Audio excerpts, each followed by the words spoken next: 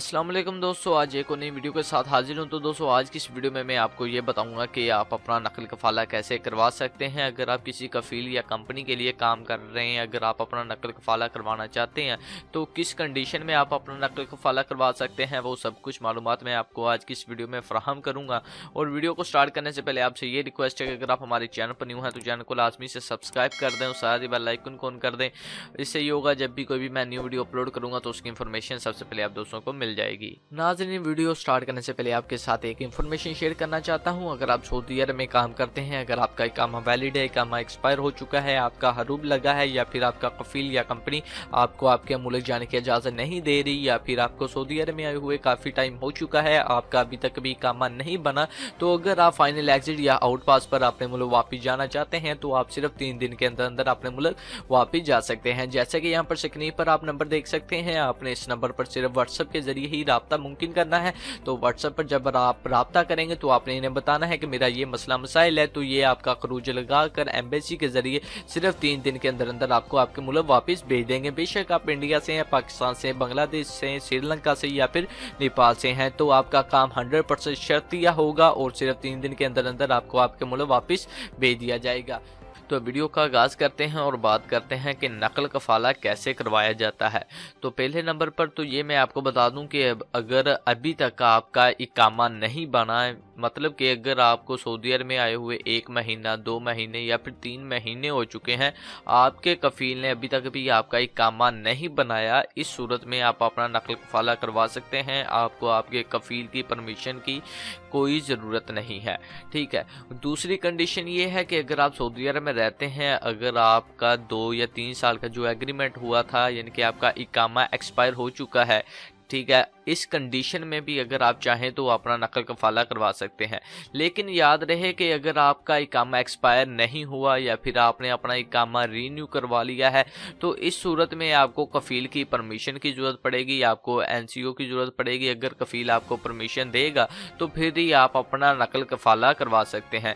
लेकिन अगर आपका इकामा एक्सपायर हो चुका है, कफील इकामा यानी कि रीन्यू करके नहीं दे रहा, या फिर आप खुद ही उस कफील के लिए काम नहीं करना चाहते, तो इस सूरत में भी आप अपना नकल कफाला खुद ही करा सकते हैं। किसी कफील के लिए काम कर सकते हैं या फिर किसी कंपनी के लिए काम कर सकते हैं और वहां जाकर आप अपना नया इकामा बनवा सकते हैं। और अगर आपका कफील या कंपनी आपकी मुसलसल 3 महीनों से तनख्वाह नहीं दे रही, यानी कि जैसे कि सऊदी गवर्नमेंट ने ऐलान किया है कि कोई भी कफील हो, कोई भी कंपनी हो, वो किसी भी गैर मुल्की को नगद कैश नहीं देगा, वो उसकी तनख्वाह डायरेक्ट उसके बैंक अकाउंट में ट्रांसफ़र करेगा, ठीक है। अगर आपका कफील या कंपनी 3 महीने से आपकी तनख्वाह नहीं दे रही, तो इस सूरत में आप मिनिस्ट्री ऑफ लेबर में जाकर कफील के खिलाफ दरख्वास्त भी दे सकते हैं। इस कंडीशन में कफील को 5000 जुर्माना होगा, और साथ में अगर आप दरख्वास्त देना चाहते हैं दें, नहीं तो अगर आप डायरेक्ट अपना नकल कफाला करवाना चाहते हैं तो आप नकल कफाला करवा सकते हैं। लेकिन याद रहे कि 3 महीने का टाइम गुजरने के बाद ही आप नकल कफाला करवा सकते हैं।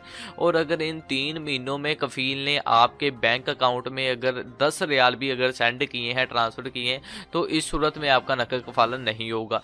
एक बार फिर मैं आपको कंफर्म कर दूं कि 3 महीने के अंदर अंदर अगर आपके कफील ने आपको 1 रियाल भी आपके बैंक अकाउंट में सेंड नहीं किया, तो इस कंडीशन में ही आप अपना नकल कफाला करवा सकते हैं। और आखिरी बात कि अगर आपका हरूब लग जाए तो क्या इस कंडीशन में नकल कफाला होगा?